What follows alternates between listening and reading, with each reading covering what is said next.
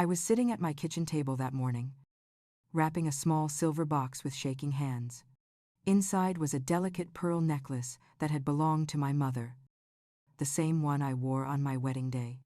I had spent the last few weeks carefully polishing the clasp, imagining the moment I would hand it to my daughter, Emily. I wanted her to have something that felt like family, like home. The sun was soft through the curtains, the smell of coffee still lingering in the air. I was about to sign the card when my phone buzzed. At first, I smiled. I thought it might be Emily sending me a picture of her dress, or maybe asking about her father's old cufflinks that she'd wanted to display at the ceremony. Instead, I saw her name and a short message. Mom, please understand. I don't want any tension at the wedding. It's better if you don't come. For a moment, the room just stopped breathing. My heart didn't break right away. It paused, trying to make sense of the words. I read the message again and again, until it blurred. I set the phone down, but my fingers wouldn't let go. I just stared at it, waiting for a follow-up text. Maybe something like "I'm sorry" or "we can talk later." But nothing came. The coffee had gone cold. I took a sip anyway, just to do something that made sense. On the kitchen counter, her wedding invitation sat in a neat stack of mail I hadn't opened since last week. I picked it up and ran my hand over the gold letters: Emily Grace Thompson and Daniel Cooper. Then my eyes fell on the line underneath: father of the bride, Gregory Adams. Greg. My throat tightened. The air felt thick. My ex-husband, her stepfather, the man who had nearly ruined me after her father died. He was going to walk her down the aisle. I sank into the nearest chair. I wanted to cry, but no tears came. All I could hear was the faint hum of the refrigerator and the sound of my pulse pounding in my ears. I thought about the day she was born, how tiny she had been, how she fit perfectly into the crook of my arm. I thought about her first day of school, when she clung to my hand so tightly I could feel her heartbeat through her fingers. I had raised that child alone after her father, Michael, died. Every sacrifice, every sleepless night, every meal I skipped so she could have more. It all played back like an old movie. And now, she didn't want me there. I stood up slowly, trying to steady myself. I walked to the window above the sink and looked out over the yard. The maple tree we planted when she was 10 was still there, its branches bare against the pale winter sky. She used to climb that tree, pretending to be an explorer, shouting down to me that she could see the whole world from up there. I used to believe it too. A knock at the door startled me. It was Helen, my neighbor and closest friend. She must have seen my car still in the driveway. I let her in, and she took one look at my face before setting down the grocery bag she was carrying. "What happened?" she asked quietly. I handed her my phone without a word. She read the message, her mouth tightening. "She told you not to come. Are you kidding me, Maggie? You have to call her. This is insane." I shook my head. "No, she's made up her mind." Helen frowned. "That's your daughter. Not some stranger sending you an invitation to decline." "She's not thinking clearly," I said softly. "And maybe I haven't made it easy for her. Greg's still around. He's probably convinced her that I'd ruin everything." Helen looked like she wanted to argue but didn't. She pulled out a chair and sat down beside me. "You don't deserve this. After everything you did for her." Deserve. The word hung heavy in the air. I didn't know what I deserved anymore. Maybe I deserved the silence that came from years of not fighting back, of letting other people decide who I was supposed to be. Helen reached over and squeezed my hand. "You raised a good kid. She's just lost right now. This isn't forever." I nodded, but my eyes drifted back to the small box on the table. The pearl necklace glinted in the morning light. For a moment, I thought about driving up to Seattle, showing up uninvited, forcing a conversation, but something in me stopped. I didn't want to beg to be loved by my own child. Instead, I took the wedding invitation and slid it into a drawer. Then I placed the necklace box on top of it and closed it gently. I could still hear Helen talking, saying how Emily would regret this one day, how I should stand up for myself. But I barely listened. My mind was somewhere else entirely, in that space between disbelief and acceptance. I poured myself another cup of coffee. The bitterness cut through the numbness. Helen finally said she had to get going, but she hugged me before leaving. "Promise me you won't do anything crazy," she whispered. I smiled faintly. "I don't do crazy, Helen. I do quiet." When the door closed, I let out a long breath I didn't know I'd been holding. The house felt too big, too still. I sat back down, opened the card I had started earlier, and read the first line I'd written, "To my beautiful daughter on her wedding day." I tore the card in half and dropped it in the trash. Outside, the wind had picked up, tossing dried leaves across the porch. The sky had turned gray, the kind of gray that promised rain but never delivered it. I leaned against the counter and stared at the phone one more time. No new messages, no calls, just silence. I told myself she was happy. That's what mothers do, isn't it? We tell ourselves that as long as they're happy, it doesn't matter if they forget about us for a while. But that night, lying awake in the half-dark room, I realized it wasn't just about being left out. It was about being replaced. And for the first time in a very long time, something inside me shifted. Not anger, not grief, something quieter, heavier, the kind of stillness that comes right before a storm. It's strange how grief never really leaves you. It just changes its shape. One day, it's a storm tearing through your chest. And the next, it's a quiet drizzle that never quite stops. For years, mine lived in the corners of my house, in the smell of old books, in the creak of the floorboards at night, when I thought I heard Michael's footsteps. After his accident, back in 2010, I learned how to live on autopilot. Bills, work, groceries, repeat.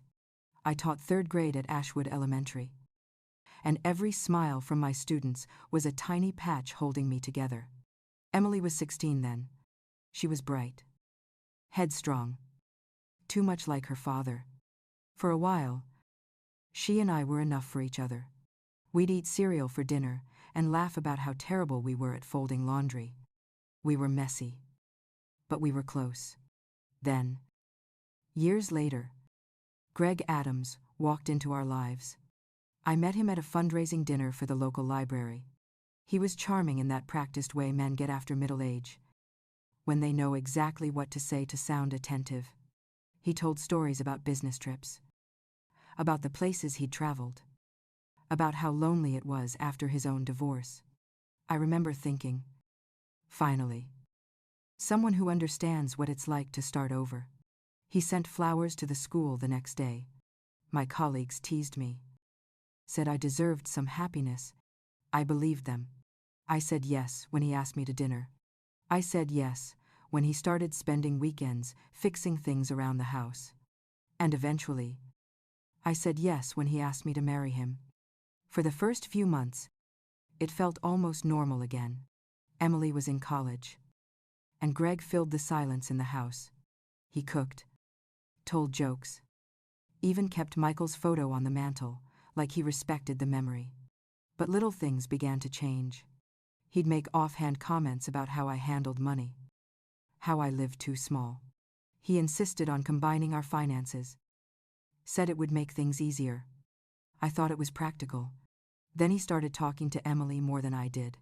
He'd call her when she needed advice, transfer money into her account without telling me, and say things like, "Your mom worries too much." I didn't see it at first, the way he was slowly turning her toward him, painting me as the overbearing one. I remember one night in particular. Emily had come home for Thanksgiving. The house smelled like cinnamon and turkey. And for a moment, it felt like the old days.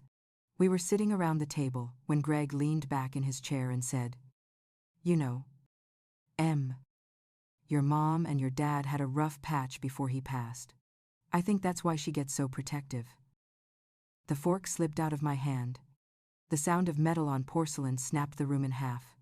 "That's not true," I said quietly. Greg smiled. That calm, condescending smile that always made me feel small. "Come on, Maggie. We all have our secrets. Maybe it's time to be honest." Emily looked between us, her eyes narrowing. "What does he mean?" "Mom." I shook my head. "Nothing. Your stepfather is mistaken." But the damage was already done. She wouldn't look at me the same for the rest of the evening. Later, after Greg went to bed, I tried to explain. But she cut me off. "He just wants what's best for you. Mom, maybe you should try being grateful." That night, I sat in the living room, staring at the photo of Michael in his work uniform. I whispered into the quiet, "I never betrayed you." Within 2 years, the marriage collapsed. It wasn't one big fight, it was a slow erosion. He wanted control, not companionship. When I refused to sell the house that Michael and I had built, Greg packed up and left, taking most of our savings with him. I filed for divorce, told myself it was over, but it wasn't. Greg didn't disappear. He stayed in Ashwood, just far enough away to feel like a shadow. Emily visited him often. She told me he was still family. I didn't argue. I was too tired for more battles. Now, standing in my kitchen years later, with her text message still haunting my mind, I realized how deeply his words had taken root. He had rewritten history, and Emily had believed him. I wasn't just losing my daughter's presence. I was losing her memory of who I really was. I made tea to calm my nerves, but the kettle whistled too loudly, too sharp. I poured the water anyway and watched the steam rise, somewhere between the hiss of the kettle and the ticking clock. I understood that silence hadn't protected me all these years. It had buried me. I picked up my phone and scrolled through old photos. Emily at age 5 with ice cream on her chin. Emily holding her college acceptance letter. Emily laughing at something I can't remember anymore. I kept waiting for a message, some apology. But the screen stayed blank. When night fell, the loneliness felt heavier than usual. I sat by the window and watched the porch light flicker against the glass. I thought about how Greg had once said, "People only treat you how you allow them to." I used to think it was cruel. Now, I wondered if it was the only truth he ever told me. Because maybe I had allowed too much. Too much silence. Too much grace. Too much hope that time would fix what people broke on purpose. Outside, the wind howled through the trees, and I pulled the blanket tighter around my shoulders. Somewhere, deep down, beneath the ache, a small thought stirred. It wasn't anger. Not yet. But it was something close. Maybe it was time I stopped letting other people tell my story. 5 years had passed since the divorce. But some mornings I still woke up, reaching for a voice that wasn't there. The house felt too big, too tidy, too quiet. You'd think silence would bring peace after years of tension. But it doesn't. It just echoes. Emily rarely called anymore. Maybe once every few months. Usually a quick check-in while she was on her way somewhere else. I learned to read the pauses between her words, the kind that told me she was trying to be polite, not close. I'd hang up and tell myself she was busy. That's all. Everyone's busy at her age. But deep down, I knew it wasn't about time. It was about distance. The kind of distance that no car could close. That afternoon, I was sitting on the porch, sipping lukewarm coffee, when Helen's car pulled up. She climbed out with that determined expression that always meant bad news. "You saw it." "Right," she said, waving a small envelope like a white flag. I frowned. "Saw what?" "The invitation," she said. pressing it into my hands. It came through the community newsletter. Your daughter's wedding. The whole town knows about it. My stomach twisted. I hadn't received one. I opened the envelope carefully, hoping maybe it was a mistake, that mine had just been delayed.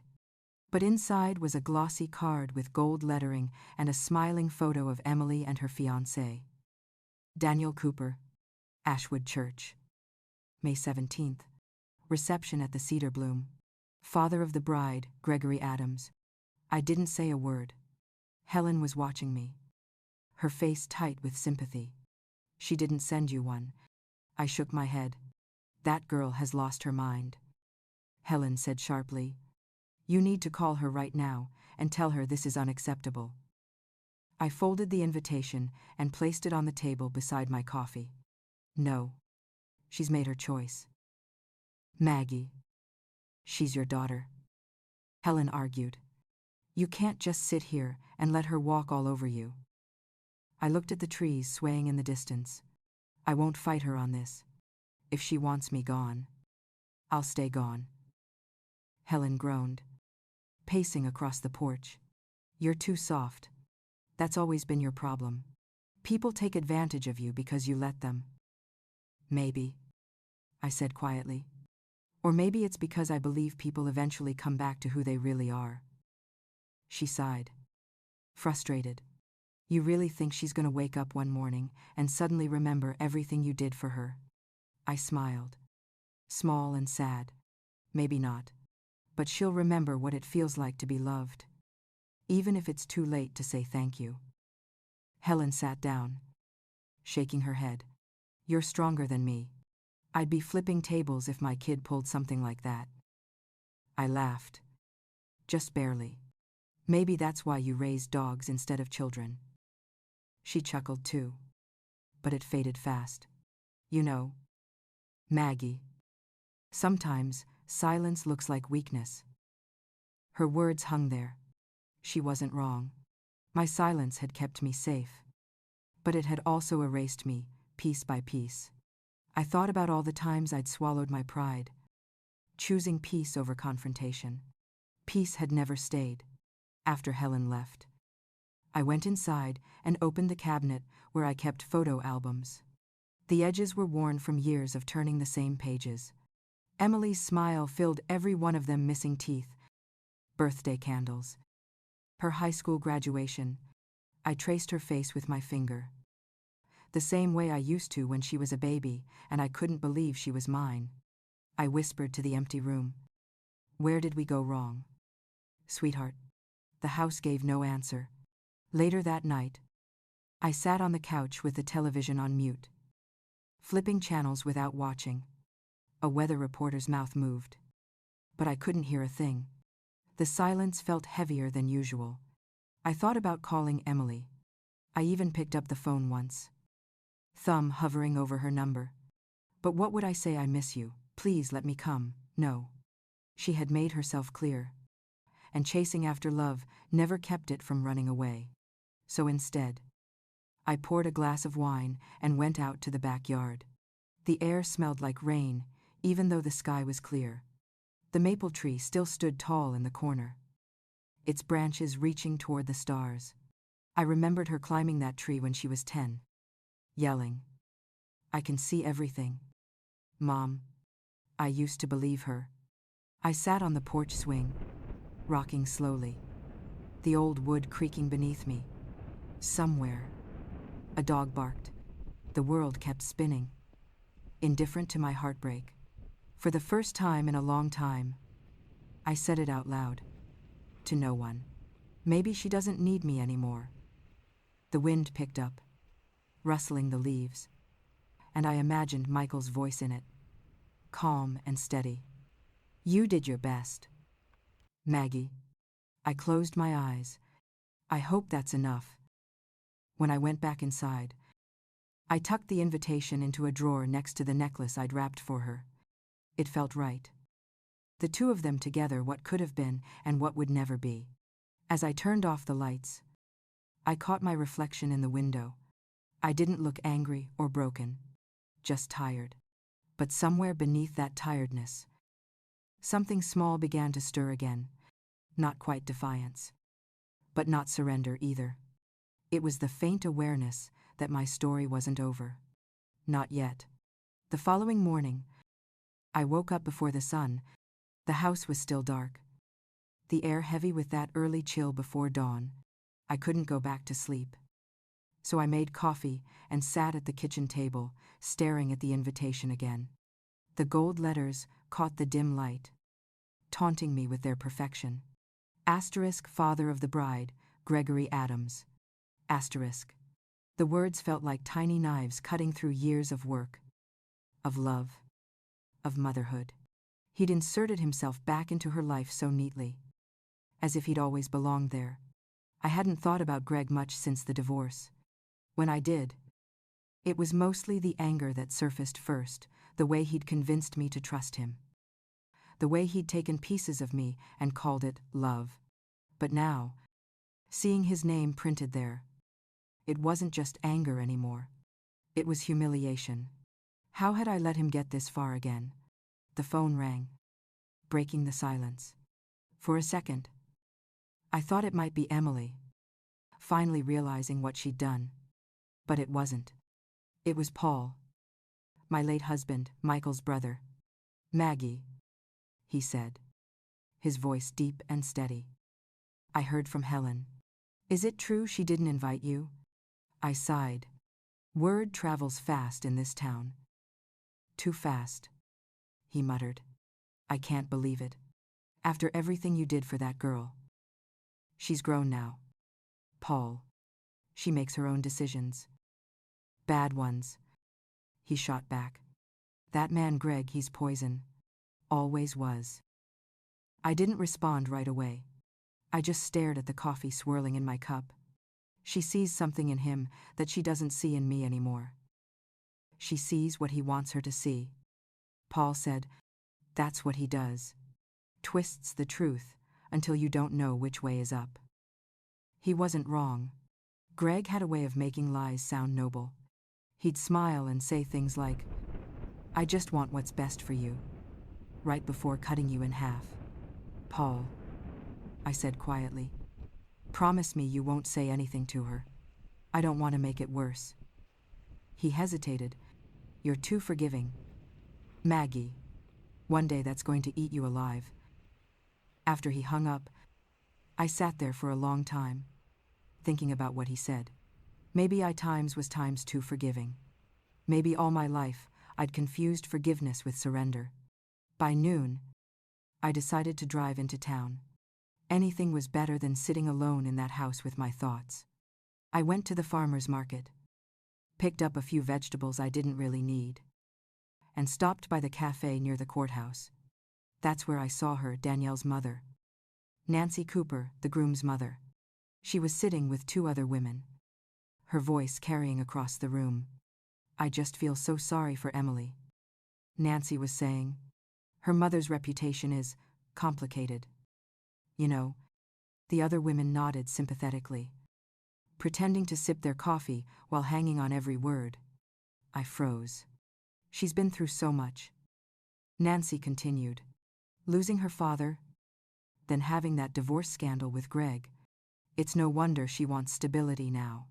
Greg's been such a father figure to her. So dependable. My stomach turned. I wanted to march over and tell her to stop talking about things she didn't understand. But I didn't move. I just stood there, half hidden behind a newspaper rack, my hands trembling. Dependable. That was the word she used for him. The same man who drained my savings account and lied about it. The same man who told Emily I was too emotional to handle finances. The same man who called me ungrateful when I questioned why he was buying expensive watches while I was still paying off the mortgage. I paid for my coffee and left before Nancy could notice me. Outside, the sky had darkened, clouds rolling in from the mountains. I walked to my car but didn't start it. I just sat there, gripping the steering wheel, trying to breathe through the anger burning in my chest. All these years, I'd been silent, afraid that speaking up would make me look bitter or crazy. But silence hadn't saved me. It had only given people like Greg permission to rewrite my story.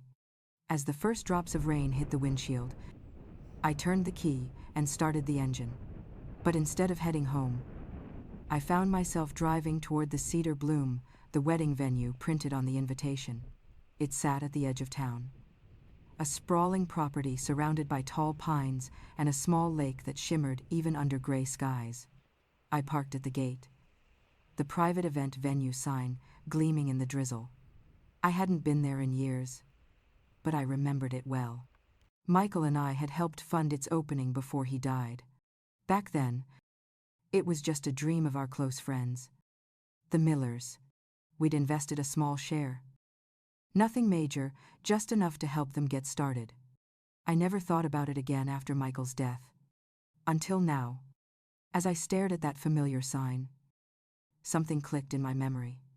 I still had documents somewhere in the attic, papers proving I owned part of this place. Maybe a small part, but enough to matter. A strange calm washed over me. Greg might have stolen my daughter's heart. But this wedding, this perfect event he'd built around his false image of fatherhood, this was happening on my time's ground. I turned the car around and drove home slowly. My pulse steady for the first time in days. I went straight to the attic, ignoring the dust and the boxes stacked like ghosts of old lives. After 20 minutes of searching, I found a brown envelope labeled Cedar Bloom Investment, 2011. Inside were the original partnership papers. My name, Michael's name, and the Millers'. It wasn't much, but it gave me rights, real, legal rights. As I sat there, holding those papers, the rain beating softly on the roof above, a single thought formed in my mind, clear, cold, and unshakable. If they didn't want me at the wedding, that was fine. But I would make sure they never forgot whose hands built the ground they planned to walk on. And for the first time in a long time, I felt something close to power. I barely slept that night. The papers from the attic were still spread out across the dining table, the lamp casting long shadows over the faded ink. My name looked strange there, Margaret L. Thompson, asterisk, printed neatly beside Michael's signature. So much of our life together had been erased by time, by Greg's poison, by my own quietness. But this was still mine. When morning came, I made a pot of coffee and reread every line of the contract. My share in Cedar Bloom wasn't huge, 15%, but it was enough. Enough to give me a say. Enough to stop something if I wanted to. The thought sat with me all through breakfast. What would Michael say if he were here? He'd probably tell me to breathe, to think it through. He was always calm, always level-headed. But I wasn't him. I had spent too many years being the quiet one. And now, my own daughter was walking down an aisle built on lies, led by the man who broke us. By noon, I'd made up my mind. I called Daniel Miller, one of the original owners of Cedar Bloom. We hadn't spoken in years. He sounded surprised to hear from me. Maggie Thompson, he said, his voice cautious but warm. Well, I'll be damned. It's been over a decade? Closer to 14, I said, forcing a small laugh. I'm sorry to call out of the blue. I just needed to ask something about Cedar Bloom. Sure thing. Everything okay? I came across the old investment papers. I wanted to check if the ownership structure ever changed. There was a pause. No. Far as I know, it's the same. You and Michael still have your share. We've sent annual updates to the old address. But I guess they didn't reach you. I must have missed them. I said. Daniel, do you know there's a wedding booked there next month? Emily Thompson and Daniel Cooper. He laughed. Of course. They reserved the whole property. Big event. Lovely couple. Wait, Emily Thompson, that's your daughter, right?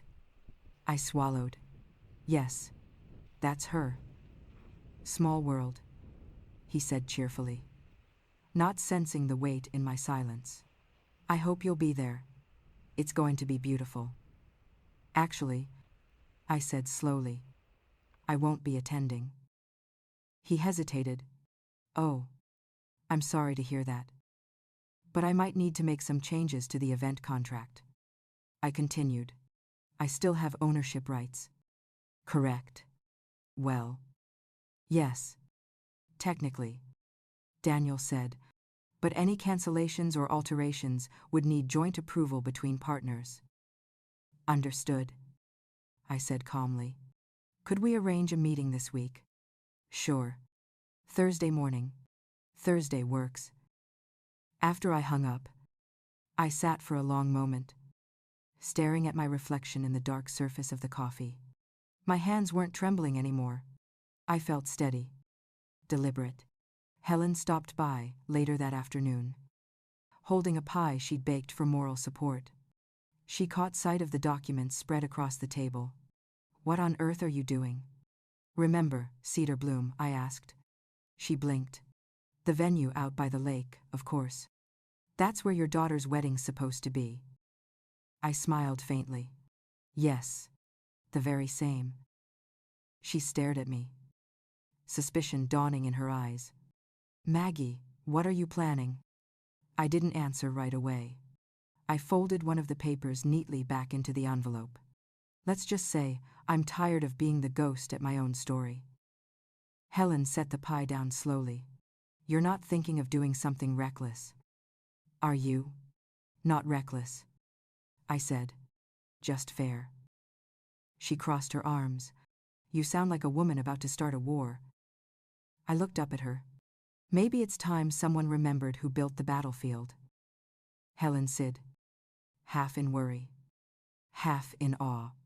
I never thought I'd see the day you'd fight back. Neither did I. That night, I went through my old emails, searching for anything connected to the venue contracts. Updates. Payment records. Buried deep in an old folder, I found something that made my breath catch. An email from 2018, a financial summary showing outstanding maintenance fees. Greg Adams' name appeared as the paying party for event coordination consultation. Greg. Using Times My Times venue. That was when it all came together in my mind. He must have helped Emily book it. Using my own money from the divorce settlement. All while smiling that smug, practiced smile of his. For the first time in years, I let myself feel it, the anger I'd buried under layers of politeness and restraint. It wasn't wild or messy, it was clean. Focused.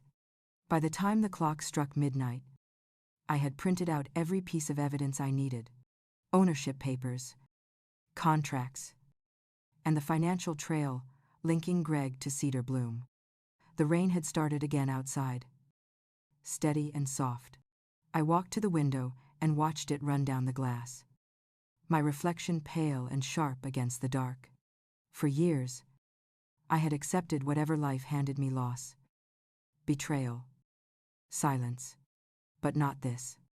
Not him standing in my husband's place, pretending to be the father of a child I raised alone. I touched the papers one last time and whispered, "You took everything from me once, Greg. Not again." In that moment, something inside me shifted for good. I wasn't just a mother anymore. I was the storm that comes after years of quiet skies.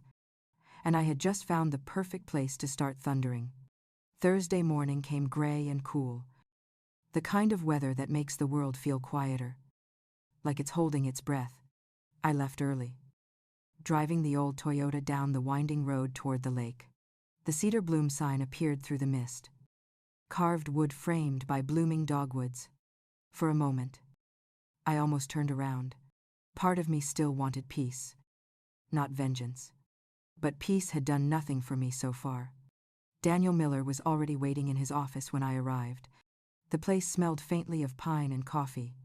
He stood and smiled. The same easy grin I remembered from years ago. His hair had gone grayer, but his eyes still carried that warm steadiness that made him such a good friend to Michael. "Maggie," he said, opening his arms for a hug. "It's good to see you. even if the circumstances sound complicated. I hugged him back. It's been too long. He gestured to the leather chair across from his desk. Have a seat. Let's take a look at what you've got. I slid the envelope across the table. He put on his glasses and studied the papers carefully. Well, he said after a minute, you've still got your 15%. We updated the bylaws last year. But your shares untouched. You never withdrew. So it's all still valid. So I still have a say in what happens here. Technically, yes, he said. But we've always tried to handle things by consensus. What's going on? I folded my hands in my lap. My daughter is getting married here next month, and she's made it clear she doesn't want me there. He frowned. I'm sorry. Maggie. That must be. I don't need sympathy. I interrupted softly. I just need clarity. If I wanted to suspend an event, could I? He leaned back, looking uneasy. You could request it. It'd have to go through the board. The other partners would need to agree. Would that include you? He hesitated. It would. I nodded slowly. I see. He studied me for a long moment. Maggie, I've known you a long time. You're not a vindictive person. What's this really about? I looked out the window, where the lake shimmered faintly through the morning fog. You ever build something for love? Daniel spent years on it. Every brick, every nail, every dream, and then watch someone else claim it as theirs. He didn't answer right away. You're talking about your husband and your daughter. I'm talking about Greg Adams, I said, my voice sharper than I intended. The man who drained me dry and is now walking my daughter down the aisle at my own venue. Daniel's eyes widened slightly. You're saying Greg's involved. He's the one handling the event. He made the payment. I have the records. He let out a long breath. That's a hell of a thing. I leaned forward. I don't want to ruin my daughter's wedding. I just want the truth to matter again. I want him to feel the weight of what he's done. For once. Daniel rubbed the bridge of his nose. You're putting me in a tough spot, Maggie. I know, I said gently, but I need your help. He looked down at the papers again. We'll have to review the financials. If the payment came through him, and not her, there might be an ethical conflict we can act on. I nodded. That's all I'm asking. When the meeting ended, I stepped outside and walked along the lake. The air smelled like wet earth and memory.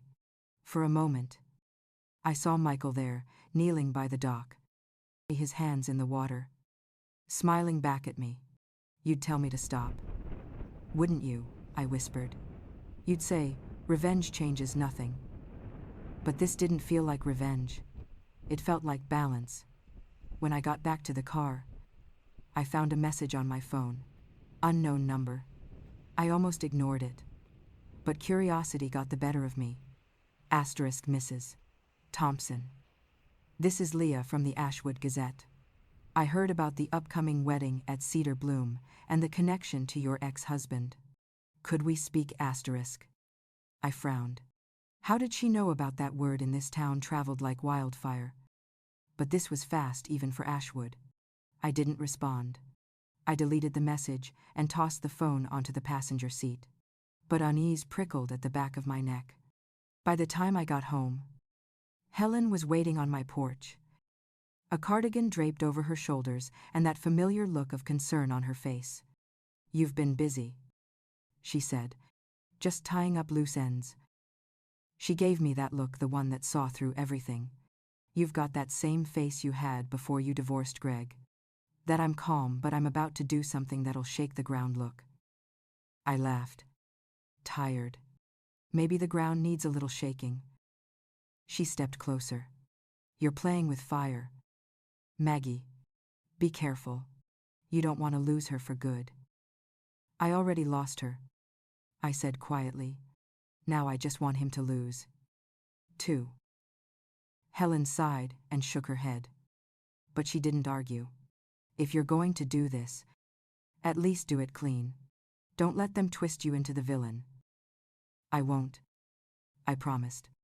That night, I sat at the dining table with a notepad, listing every name, date, and document I needed. It wasn't about rage anymore, it was about control. I called Daniel again, confirming the board review for the following week. Then I opened my email and drafted one more message to Emily. Asterisk, I won't bother you again. I just want you to know that whatever happens next, I still love you. Always will. I stared at the screen for a long time before hitting send. Outside, thunder rolled in the distance. The air felt electric. Alive. I turned off the lights, stood by the window, and watched the storm move closer. Maybe Helen was right. Maybe I was playing with fire. But after years of being burned, I'd learned something important. Fire doesn't just destroy. It also clears the way for something new to grow.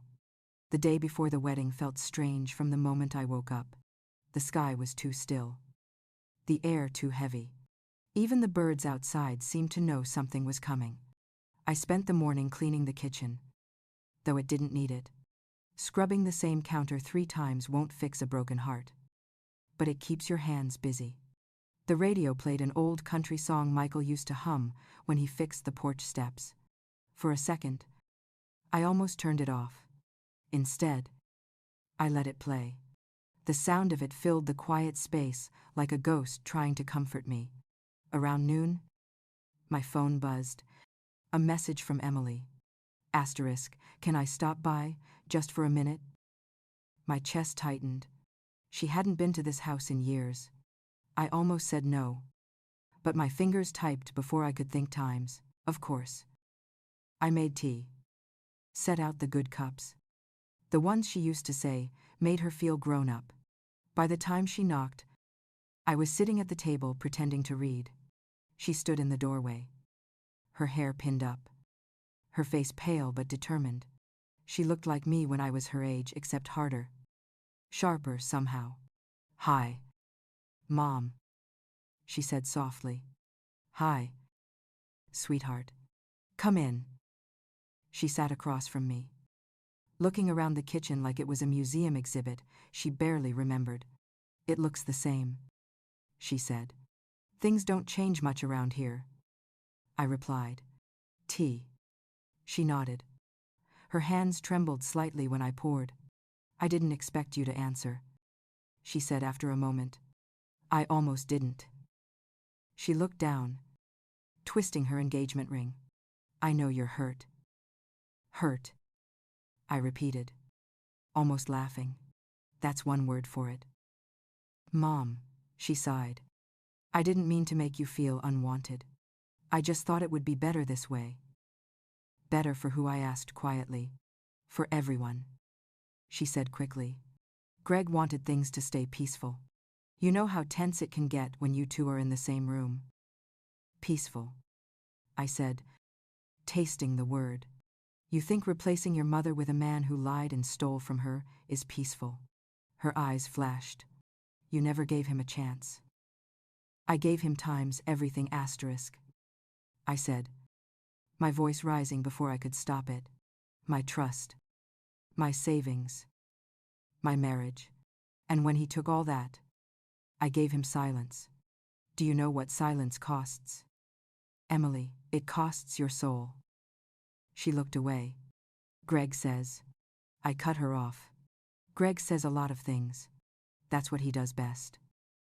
The room fell quiet, except for the faint ticking of the wall clock. I could see her trying to hold on to her version of the story. The one Greg had fed her for years. It wasn't her fault. Not really. He'd been grooming her trust since she was old enough to need someone to fill the space her father left behind. She finally looked up. Her voice small. Greg understands me. Mom. He's been there for me. Something inside me cracked. He's been there because he wants something from you. He always wants something. You think he's walking you down that aisle out of love. He's walking you there because he can't stand not being the center of your life. Her jaw tightened. That's not true. I leaned forward. Then tell me. Did he ever once talk about Michael? About the man who times raised you before he came along? Or did he erase him too? The same way he erased me. Tears welled in her eyes, but she blinked them away. You don't know him like I do. I almost laughed. No. Sweetheart. I know him exactly like you do. The difference is, I stopped believing him. For a moment, neither of us spoke. Then she whispered, "Why are you doing this? Why now?" "Because I can't watch you make the same mistake I did." Her voice cracked. "It's my wedding. Mom. My choice." "I know," I said softly. "And you'll have to live with what comes after it." She stood up suddenly, her chair scraping against the floor. "I thought maybe you'd changed. I thought maybe you could just let me be happy." "I am letting you be," I said, meeting her eyes. "But happiness built on lies doesn't last." "Emily." She shook her head, hurt and angry all at once. "Greg was right. You always twist everything to make yourself the victim." That one landed like a punch. I took a slow breath, steadying my voice. "If that's what he told you, then I guess he's still doing his job." She looked like she wanted to say something else, but instead, she turned toward the door. "Emily," I said before she could leave. She stopped, her hand on the handle. "Just remember this. The truth doesn't go away just because you refuse to see it." She didn't answer. The door clicked shut behind her, leaving the house filled with the ghost of her perfume and the echo of words we couldn't take back. I sank back into my chair, the tea gone cold. Outside, the wind had picked up, bending the branches of the maple tree until they groaned. Helen called later that evening. I told her about the visit. She listened without interrupting. "Well," she said finally, "you did what you could." "I did what I had to," I corrected. "She'll come around eventually." "Maybe," I said, though I didn't believe it. After I hung up, I sat by the window for a long time, watching the clouds roll in from the west. A storm was coming, thick and low, pressing down on the horizon. Somewhere deep inside, I felt the same thing building. Not rage, not grief. Something colder. The quiet kind of certainty that comes right before the world changes. The storm hit early the next morning. The kind of rain that doesn't pour, but seeps slow. Relentless. Like it knows exactly where to find the cracks. I woke before sunrise to the sound of thunder rumbling over Ashwood Lake. The light outside was gray and heavy. The kind of light that made you want to stay under the covers and forget the world existed. But I couldn't. Not today. I made coffee and sat by the window, staring at the trees, bending in the wind. The wedding was scheduled for noon. By this time tomorrow, my daughter would be Mrs. Daniel Cooper, and Greg would be standing where her real father should have been. Except, maybe not. At exactly 7 o'clock, my phone rang. The number flashing on the screen made my stomach tighten. Asterisk, asterisk, Sarah Langford, asterisk, asterisk, the young woman who managed Cedar Bloom now. I hesitated before answering. "Sarah." Her voice came through, low and nervous. "Mrs. Thompson, are you sitting down?" I already knew. I didn't know how. But I did. "Just tell me." "The board voted late last night," she said quickly. "After reviewing the financial audit, we found inconsistencies with the payment records. The contract for tomorrow's event has been suspended pending investigation." I took a slow breath. "You mean canceled?" "Yes, ma'am. Effective immediately." For a moment, the only sound was the rain tapping against the window. Then she added softly, "I thought you should hear it from me before anyone else." "Thank you, Sarah." There was a pause. "You did the right thing, Mrs. Thompson." I didn't do it for me. I said, my voice steady. I did it for her. After we hung up, I sat there for a long time, listening to the wind rattle the porch screens. I felt nothing, no rush of victory, no guilt, just a stillness that felt almost sacred. Then, my phone buzzed again. It was Emily. Asterisk, asterisk, Emily, asterisk, asterisk, Mom.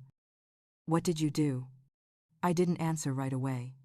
I imagined her standing in her living room, hair curled, makeup half done, panic in her voice.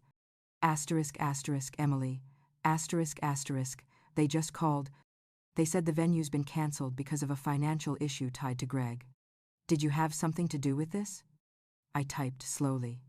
Asterisk, asterisk, me, asterisk, asterisk. You might want to ask Greg that question.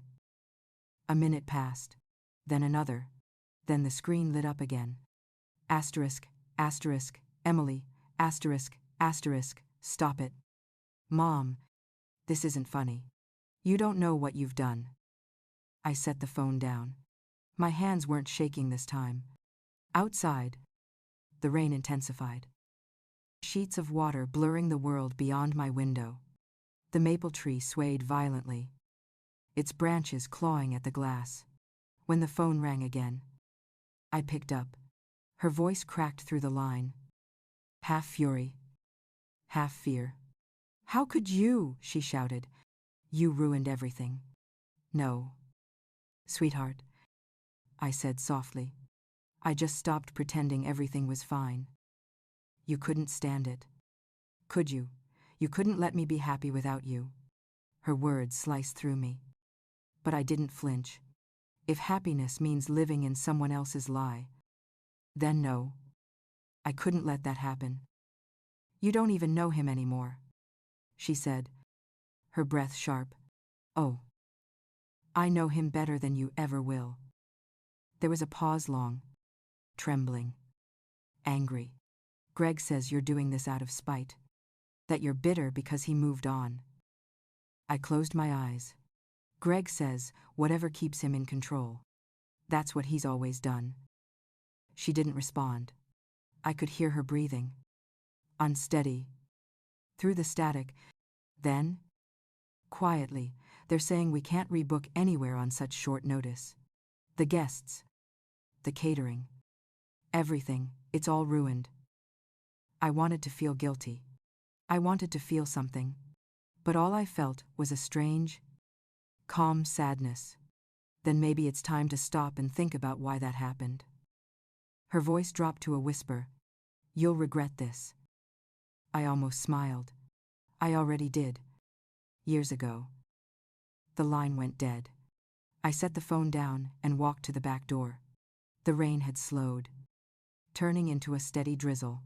The air smelled clean, like something had been washed away. I stepped out onto the porch and looked toward the lake in the distance. Somewhere across town, Greg was probably scrambling to explain himself to Emily, to Daniel, to whoever else he could manipulate. He'd talk fast, twist facts, play the victim. He always did. But this time, there were records, bank statements, signatures, truth with paper trails. I thought of Emily again, her trembling voice, her disbelief, and for a moment, my heart ached. She would hate me now, maybe for a long time, but hate was better than blindness. Behind me, the phone buzzed once more. I didn't check it. I didn't need to. Instead, I poured myself another cup of coffee and sat down on the porch steps. The steam rose into the cool air, mingling with the mist. After years of silence, I had finally spoken. Not with words, not with shouting, but with action. And for the first time in a long time, I felt like my own voice was loud enough to be heard. Somewhere in the distance, thunder rolled one last time, faint, fading, final, and I knew the storm, both inside and out, had only just begun. By noon, the rain had stopped, but the air outside was thick and heavy, the kind that sticks to your skin and makes every breath feel like a chore. I was sitting on the couch with the television on, not really watching, when the news alert flashed across the screen. Local businessman Gregory Adams under investigation for financial misconduct. The photo that appeared was unmistakable. Greg, wearing that same smug smile he'd perfected years ago. Behind him, the words scrolled across the bottom: suspected embezzlement, fraud, misuse of charitable funds. For a long moment, I couldn't move. I just stared. Then I felt something I hadn't felt in years. Relief. Not joy. Not triumph. But a deep, quiet relief that truth had finally decided to come out of hiding. My phone started buzzing again. Over and over. Helen. I picked up on the third ring. Maggie, she said, breathless. Are you seeing this? It's all over the news. I'm looking right at it, I said. Turns out the money he stole wasn't just from you. It was from a charity fund in town. The police have been building a case for months. They just needed proof. I pressed a hand against my chest, feeling the slow, steady thump beneath my fingers. Proof, I repeated. Guess he finally gave them that. Helen hesitated. There's more. The reporter who broke the story is that young woman from the Gazette, Leah Parker. She said she got a tip last week from someone who sent in old bank records and contracts. Ring any bells? I didn't answer. Maggie, Helen said gently. You really did it, didn't you? I leaned back on the couch and closed my eyes. I didn't set the fire, Helen. I just opened the window and let the smoke out. There was a long pause before she said, You're something else. You know that.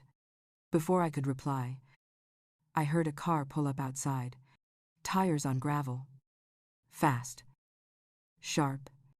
My stomach sank. I didn't even need to look. I knew. I walked to the window, just in time to see Emily slam her car door and march up the front steps. Her hair was wet. Her makeup streaked. Her face pale and wild. She didn't knock. She just came in.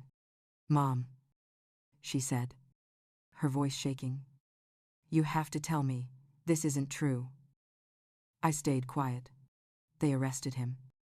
She went on, her breath coming fast. The police came to the hotel this morning. They said he stole money. From the charity. From me. From other people. They said someone turned in documents. They said it came from you. Her words hung in the air like shattered glass. I took a slow step toward her.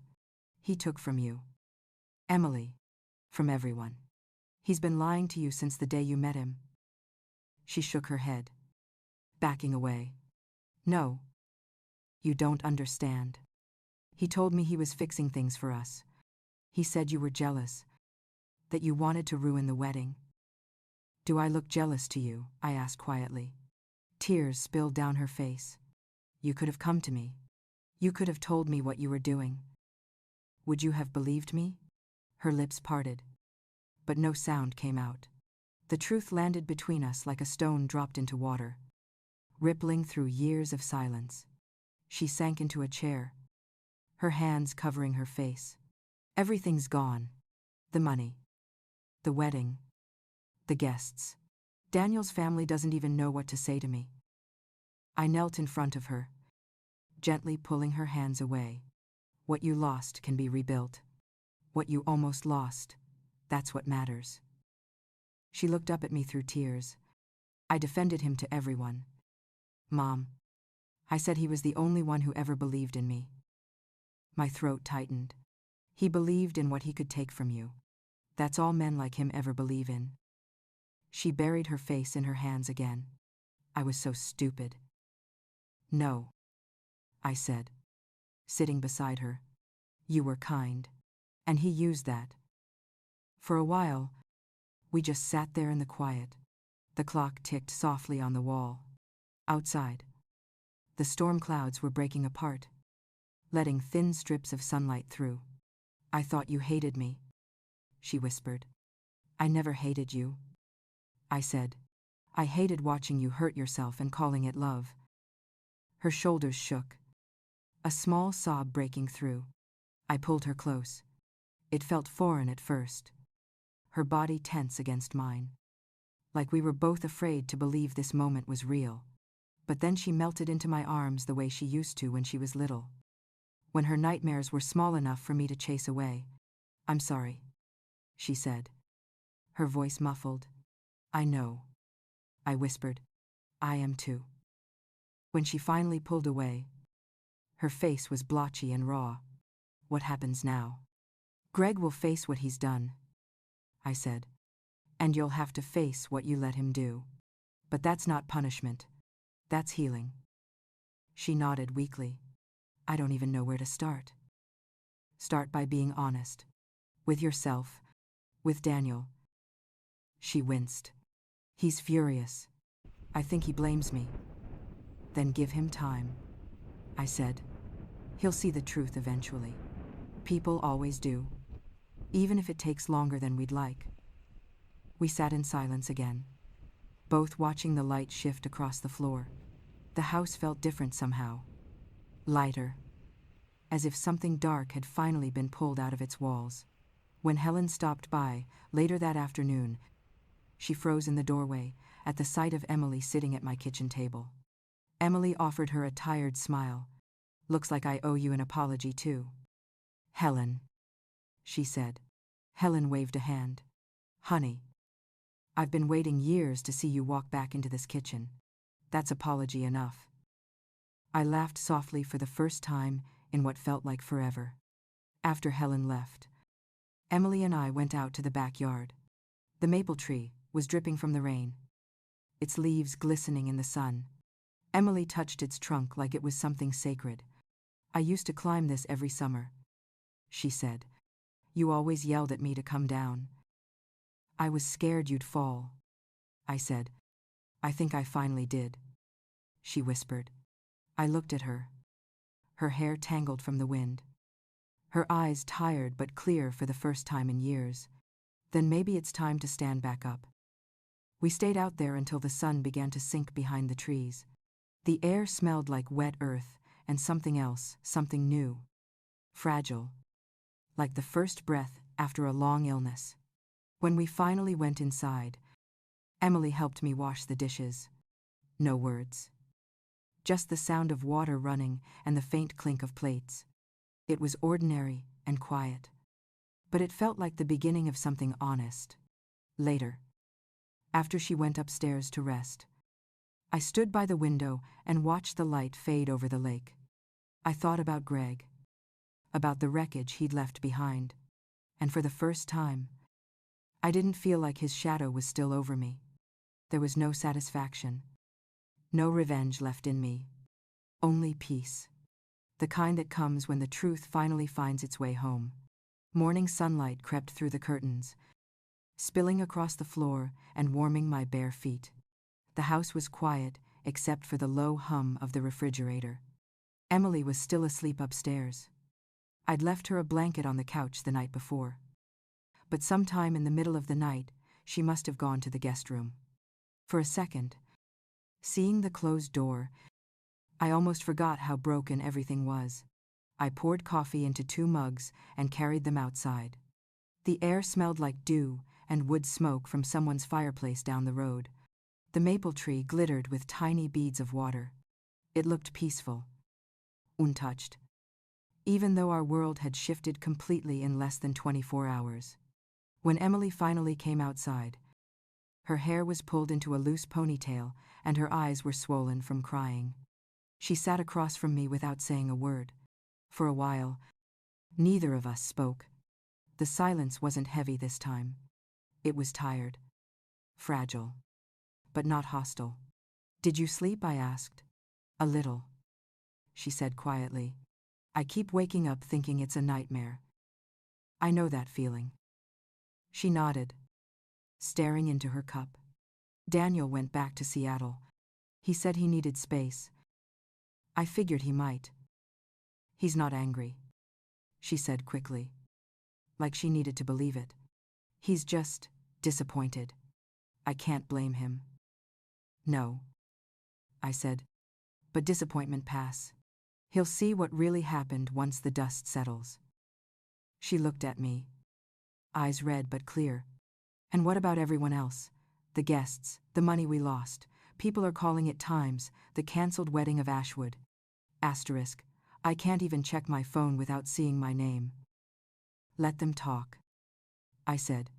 People here need something to gossip about. Next week, it'll be someone else's scandal. She gave a weak laugh. You always make it sound so simple. It's not simple.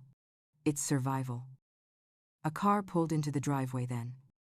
The crunch of tires on gravel breaking the moment. I stood when I saw who it was, Nancy Cooper. Daniel's mother. She stepped out wearing a pressed beige suit. Her lipstick perfectly intact. Her expression, however, was pure steel. Good morning, I said, though I already knew it wouldn't be. She gave me a thin smile that didn't reach her eyes. Mrs. Thompson, I thought we should talk face to face. Emily stood up beside me. Mrs. Cooper. I read. Nancy held up a hand. Emily. Please. I'm here to speak with your mother. I motioned toward the porch chairs. But she stayed standing. The picture of control. I suppose congratulations are in order, she said. You've managed to humiliate my son's family and destroy months of planning. Quite the achievement. Emily flinched. But I met Nancy's gaze evenly. If you came here to scold me, you're wasting your time. I've heard worse. Nancy's mouth tightened. I came here because my son is devastated. Because Emily is a mess. Because our families are being dragged through the mud. And I want to understand why you do this. Because your future son-in-law was being defrauded, I said. By a man I once trusted. By the same man who manipulated my daughter and stole from her. Nancy's eyes narrowed. And you couldn't handle that quietly, without making a public spectacle. I almost smiled. Funny. That's what he said every time I tried to speak up years ago. Emily stepped forward, her voice trembling. Mrs. Cooper. Please. She didn't mean for any of this. Nancy cut her off. Emily, you are an adult. Adults take responsibility. Your fiancé's reputation is in shambles. Do you have any idea what this looks like? I took a step closer. It looks like a young woman realizing she's been lied to. It looks like justice finally catching up with a man who thought he was untouchable. Her chin lifted slightly. Justice or revenge. Sometimes they look the same on the surface. I said quietly. But only one gives you peace. She studied me for a long moment, then turned to Emily. Daniel loves you. But love doesn't fix everything. You have a lot to answer for. Emily's voice cracked. I know. And I will. But please don't punish him for what Greg did. Nancy didn't reply. She gave me one last look, cold and cutting, then walked back to her car. When the engine faded down the road, Emily sank onto the porch steps. She hates me, she whispered. She's scared. I said, people lash out when they're scared. She'll come around. You really believe that? I believe in time, I said. And in truth, they always win out. Even if they take their sweet time doing it. She leaned against the railing, eyes distant. I don't even know what to do with myself now. Everything I planned for, it's just gone. I looked at her for a moment, then reached for her hand. You start small. You get out of bed. You make coffee. You take a walk. And one day, you realize the world didn't end. It just changed. She squeezed my hand, her grip trembling. How did you survive it? Mom, after Dad died. After Greg. I took a deep breath, letting the wind fill the space between us. By remembering who I was before them. I stopped trying to fix people who didn't want fixing. And I forgave myself for trusting the wrong ones. She looked at me then. Really looked. I think I'm starting to understand what you mean. Inside. The phone rang. I went in to answer it, grateful for the interruption. It was Helen. Your quiet morning's over. Isn't it? She said. You could say that. I saw Nancy's car leaving your place. You still alive? Barely. I said. But I think she needed to yell at someone. She's a piece of work. Helen muttered. Half this town thinks she owns it. Let her think that. I've got bigger things to worry about. Helen hesitated. Maggie. There's something else. The police want to talk to you. Apparently Greg's lawyers are saying you leaked confidential documents. You might want to get ahead of it. I rubbed my forehead. I didn't leak anything. The records were mine. They were legal. I know. But they'll twist it. Just be ready. Thanks. Helen. When I hung up, Emily was standing in the doorway. Worry in her eyes. Was that about Greg? She asked. Yes. His lawyers are trying to spin things their way. She swallowed hard. They'll drag you through this. Mom. I shrugged. Let them. I'm not afraid anymore. She hesitated. I don't want you to get hurt because of me. I smiled faintly. Sweetheart. You're not the reason I'm in this mess. But you might be the reason I finally found my way out of it. That evening, we sat down to dinner together for the first time in years. Simple food. Chicken and rice. The kind of meal you make when you don't have the energy for anything else. We didn't talk much. But we didn't need to. Afterward, I stepped outside again. The sun was setting, turning the lake gold. I could hear Emily cleaning up inside, humming quietly. The sound drifted through the screen door and wrapped around me like a memory I thought I'd lost. I looked out over the water, the reflection of the sky rippling softly, and realized something that made my chest ache in a strange, beautiful way. After all the noise, all the chaos, all the years of silence and pain, the world was finally quiet again. Not the kind of quiet that buries you, the kind that lets you breathe. Tomorrow would bring its own troubles, its own headlines and whispers. But for tonight, there was peace. And that, after everything, was enough. It was late September when the air started to cool again. The kind of crisp morning that smelled faintly of apples and wet leaves. The town had already moved on from the scandal Ashwood always did. People were busy with fall festivals and bake sales and small gossip that didn't ruin anyone's life.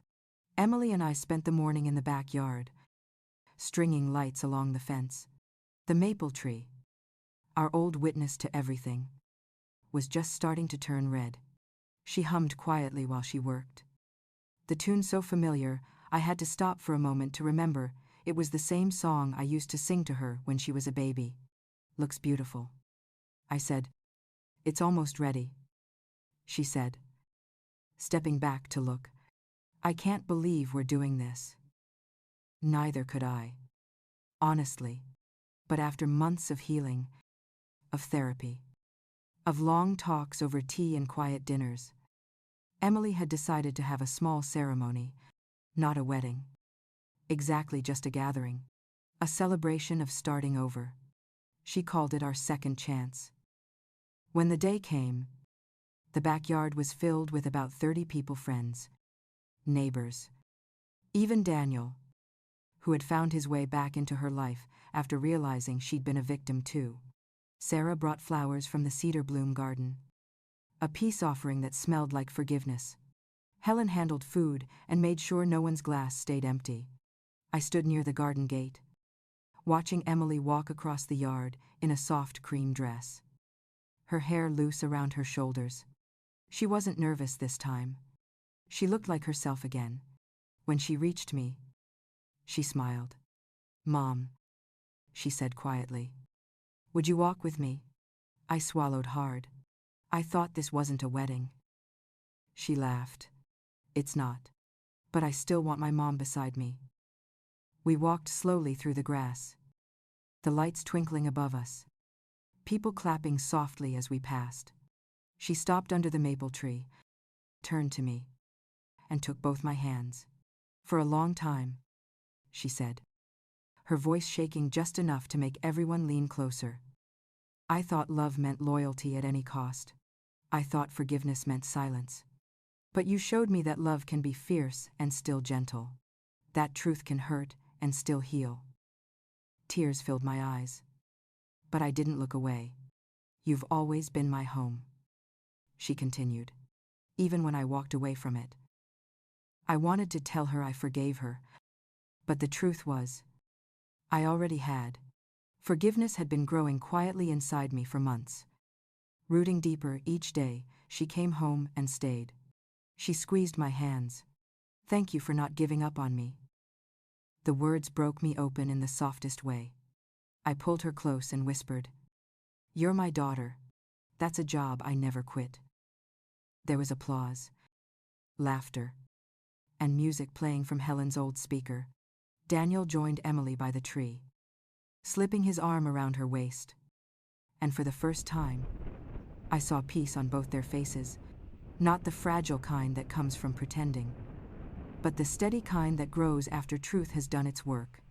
Later, when the guests left and the night settled, I stood alone on the porch, watching the last of the candles flicker in the grass. The house behind me glowed with light and laughter, a sound I had missed more than I'd ever admit. The wind rustled the leaves above me, and for a moment I thought I heard Michael's voice again. Gentle and amused times. "You did it, Maggie. You brought her back." Maybe I did. Maybe we both did. I sat down on the porch steps, pulling my shawl tighter around my shoulders. The moon was full and bright, shining over the lake like a blessing. Everything hurt a little less now. The scars were still there, but they didn't sting anymore. Forgiveness isn't forgetting. It's remembering without pain. I thought about Greg somewhere far away, facing the mess he made. I didn't wish him harm. That part of me was gone now. What happened to him wasn't my revenge. It was his reckoning. Inside, Emily's laughter echoed again, mingled with Daniel's voice and the soft music from the radio. The sound wrapped around me like a blanket. I smiled and whispered, "That's all I ever wanted." The night grew quiet, and I let myself breathe it in the peace, the closure, the warmth of something whole again. Because in the end, life doesn't always give us happy endings. It gives us times, true times ones, the kind we have to earn, the kind that come after the storm, when the world is finally still enough to hear ourselves think again. And as I sat there, under the same sky that had witnessed every mistake and every forgiveness, I thought about all the women like me, mothers, wives, daughters who had ever been told to stay silent, to endure, to fade quietly into someone else's story. Don't. Speak. Act. Protect what's yours. Because sometimes the quietest woman in the room carries the loudest truth of all. So tell me, if it were you, if your own daughter replaced you with a stranger, what would you have done?